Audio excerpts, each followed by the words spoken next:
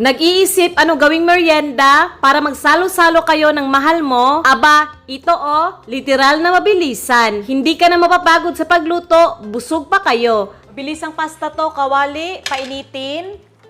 Maglagay ng konting oil or butter. Konti lang oil. Igisa ang sibuyas. Isa. Yan, uminit rin naman. Isunod na natin ang bawang. Maliit na lata ng tuna. Tanggalin ko lang yung tubig. Yan. Yan, hinalo-halo ko lang kasama ang sibuyas at bawang. Isang malaking lata ng evap. Shake, shake, shake. Ibuhos natin to lahat. Hindi yan sapat. Tubig, kalahating lata. Tubig to ha. Haluin muna. Timplahan na natin kalahati ng chicken cube, asin, at paminta. Haluin ulit. Takpan lang at hayaan lang natin ng medyo kumulo. Ito na nag-uumpisa ng kumulo, haluin ulit natin. Char. Pasta na hilaw, mga isang bugkos. Mga ganyan lang karami, Yan. Lagay na natin. Tapos idiin-diin lang para malunod lahat. Grabe na idiin. Yan, lunod naman na lahat. Huwag lang takpan para madali nating makita bago ma-overcook yung pasta. Yan, nagsisimula ng lumambot yung pasta. Haluin lang natin paminsan-minsan. Yan, tapos dyan lang muna. Update after 1 minuto. Yan mas lumambot na yung pasta tapos medyo lumapot na yung sauce. Yung apoy is dapat mahina para dahan-dahan lang yung pagkaluto. Yan guys, after 8 to 10 minutes, luto na tapos ang creamy tingnan. Yan yum yum. Tabi lang muna natin to kasi gagawa tayo ng garlic bread na mabilisan rin. Kahit anong walang palaman na tinapay. Yan, dinurog kong bawang. Yan, pahid natin dito.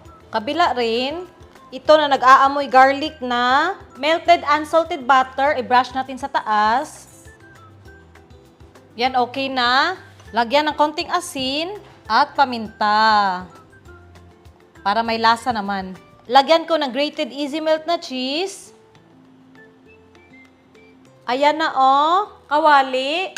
Buksan ang apoy sa mahina lang. Mag-brush ng konting butter lang Hinayan. At ilagay na natin itong mga bread. Yan.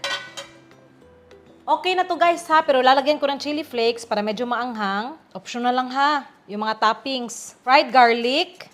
Tapos konting padamo, dried parsley. Again, okay na hindi na maglagay ha. Ayan na takpan lang hanggang tuluyang matunaw yung cheese. Ito natunaw na yung cheese. Ayan Tapos toasted na rin sa ilalim. Hanguin na natin to.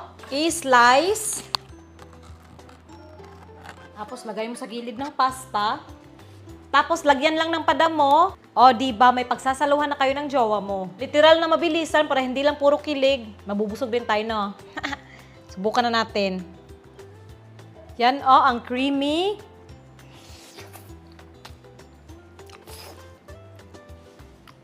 Ang sarap rin ng creamy tuna pasta, no?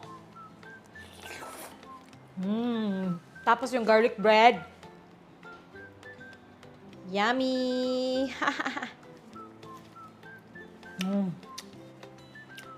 Lasang-lasa yung garlic.